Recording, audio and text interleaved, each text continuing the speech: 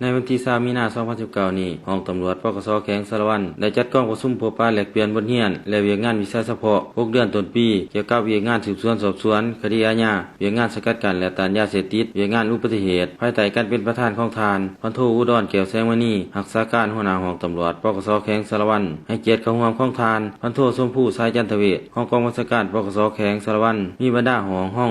บรรดากองบัญชาการปกส. 8 ตัวเมืองนายและพลตำรวจที่เกี่ยวข้องเข้าร่วมกองประชุมครั้งนี้ก็เพื่อเป็นการค้นคว้าแก้ไขปัญหาหลายคดีหรือนิติกรรมต่างๆระหว่างแขวงกับเมืองให้มีการส่องแสงรายงานสภาพต่างๆที่เกิดขึ้นเพื่อเป็นการสมทบแก้ไขต่อกับปัญหาดังกล่าวให้ว่องไวแท้เหมาะกับตัวจริงซึ่งในกองประชุมผู้เข้าร่วมได้รับฟังการรายงานสภาพปรากฏการณ์ย่อท่อที่เกิดขึ้นในสังคมในระยะผ่านมาเป็นต้นแมนคดีขี้ลักกันแงะปล้นจี้ชิงทรัพย์ยักยอกฉ้อโกงทรัพย์ของรัฐของบุคคลการฆาตกรรมการใช้อาวุธข่มขู่ก่ออาละวาดตีกันและปัญหาอุบัติเหตุปัญหาลักลอบค้าขายยาเสพติดที่เกิดขึ้นในสังคมต่อกับปัญหาดังกล่าวเจ้าหน้าที่และพนักงานอังคบที่เฮ็ดเวียกวิชาเฉพาะโดยกงมีทัศนะรักมันจำแนกมิตรและศัตรูอย่างจ้าแจ้งมีความบริสุทธิ์สัตย์ซื่อเด็ดเดียวปฏิบัติคำสั่งของขันเทิงหมอบไม้ให้มีความสามัคคีเป็นปึกแผ่นแน่นหนาภายในเมืองและแขวงพร้อมกันประสานสมทบระหว่างสายต่างและสายขวางนับแต่ศูนย์กลางหอท้องถิ่นพร้อมเดียวกันนี้ผู้เข้าร่วมได้แลกเปลี่ยนประกอบความคิดเห็นเพื่อเป็นการถอดถอนบทเรียนร่วมกันเพื่อสอกหาแนวทางวิธีแก้ไข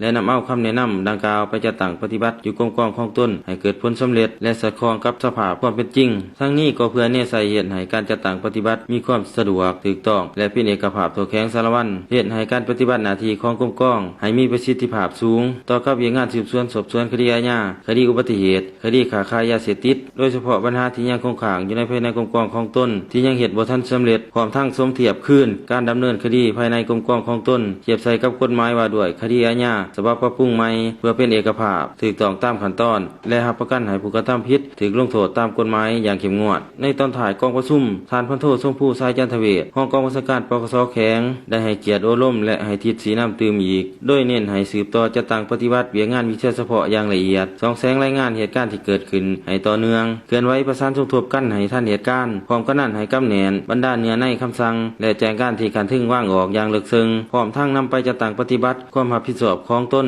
อย่างเป็นเอกภาพและเข้มงวด